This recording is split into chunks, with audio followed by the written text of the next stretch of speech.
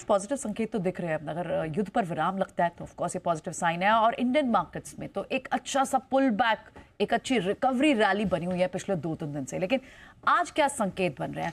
अनिल जी हमारे साथ हैं।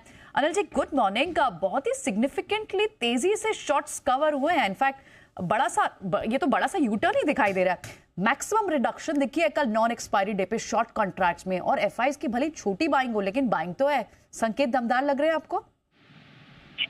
अच्छा है, बड़े दिनों बाद 1 महीने के बाद भारतीय बाजार में एफआईज की खरीदारी का आंकड़ा देखने को मिला है। कैश मार्केट में लोकल फंड भी उनके सामने लगातार खरीदारी करते दिख रहे हैं। और ऐसा नहीं कि एफआईज खरीद रहे हैं तो उनकी बिकवाली हुई हो।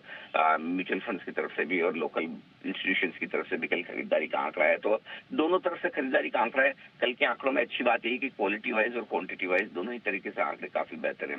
वायदा कारोबार में ये जरूर है कि थोड़ी सी खरीदारी स्टॉक फ्यूचर्स, इंडेक्स फ्यूचर्स में ये ओपन इंटरेस्ट बढ़कर आया, यानी कि नई पोजीशंस भी तेजी की तरफ बनती हुई दिखी है। थोड़ा शॉर्ट कवरिंग का सहारा मिला है, थोड़ी फ्रेश पोजीशन बनने का भी फायदा मिला है। तो काफी बढ़िया संकेत हैं। इनके अलावा अगर आप संकेत देखें तो आरबीआई की तरफ से फिर से 25 मार्च को एक और ओपन मार्केट ऑपरेशंस 50,000 करोड़ का करने की तैयारी है। मार्च महीने में जो लिक्विडिटी की समस्या रहती है उससे निपटने के लिए आरबीआई लगातार तत्पर है और बार बार सिस्टम में लिक्विडिटी डाल रही है। ये एक अच्छा संकेत है। दूसरा बढ़िया संकेत यहाँ पर आता दिखा है। एक और चीज आप इंटरेस्टिंग देखेंगे, अब लगातार जो पिछले 3-4 दिनों से एफआईज की ब्रोकरेजेस आ रहे हैं उसमें अपग्रेड्स ज्यादा आते दिख रहे हैं, क्योंकि गिरावट के बाद कई सारे शेयर आकर्षक भाव पर आ चुके हैं और उस लिहाज से उनकी रेटिंग और भले टारगेट थोड़े घट कर आ रहे हो लेकिन रेटिंग्स काफी बढ़कर आती हुई दिख रही है। ये एक अच्छा संकेत है। सो ओवरऑल मेरे ख्याल से भले ही अमेरिकी बाजारों में कमजोरी रही हो फेड की अहम बैठक के पहले, जो कि लाजमी था, 2 दिनों से अमेरिकी बाजार काफी तेजी से बढ़ चुके थे तो एक गिरावट आना थोड़ा सा तय था।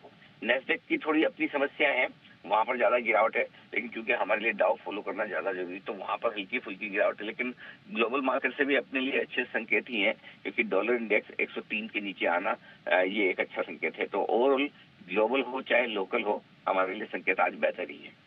चलिए, ग्लोबल हो या लोकल हो संकेत बेहतर हैं। तो फिर आप ये बताएं कि आज ट्रेडर स्ट्रैटेजी कैसे बनाएं अपनी इंडेक्स पर, चाहे निफ्टी हो या बैंक निफ्टी हो? स्ट्रेटेजी बहुत साफ है।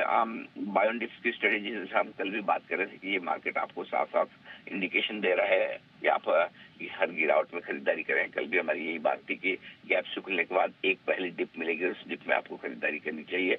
आज भी मजबूत खुलने के आसार हैं। मजबूत खुलने के बाद पहले सपोर्ट लेवल के आसपास बाजार आए तब वहां पर खरीदारी करनी चाहिए। एक ही दिक्कत है इस वक्त बाजार में, आप 22,000 से 23,000 तक की एक तरफा जर्नी करेंगे 5-6 ट्रेडिंग सेशन में। तो 23,000 एक बड़ा आंकड़ा है साइकोलॉजिकली भी और डेटा के लिहाज से भी। तो उसके आसपास प्रॉफिट बुकिंग आना तय है। तो 22,950 23,000 के आसपास थोड़ी प्रॉफिट बुकिंग आ सकती है। उससे पहले सपोर्ट लेवल थोड़ा सा दूर है, क्योंकि कल हमने एक बड़ा उछाल देखा है। 22,600 से 22,675 की रेंज अब मजबूत सपोर्ट का काम करेगी और ऊपरी स्तरों पर 22,900 23,000 ये वो रेंज है जहां पर हल्की फुल्की प्रॉफिट बुकिंग आती हुई दिख सकती है। 23,000 को पार करके निकलेंगे टिकेंगे तो और मजबूती बनेगी।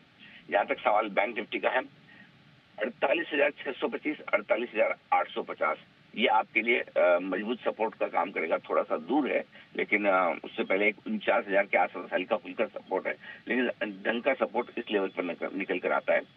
ऊपर की तरफ 49,625 49,825 ये वो रेंज है जहां पर आपको प्रॉफिट बुकिंग आती हुई दिख सकती। तो इन लेवल्स पर आपको रखनी है नजर।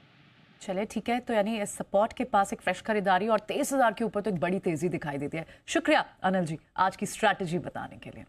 चलिए बढ़ते हैं।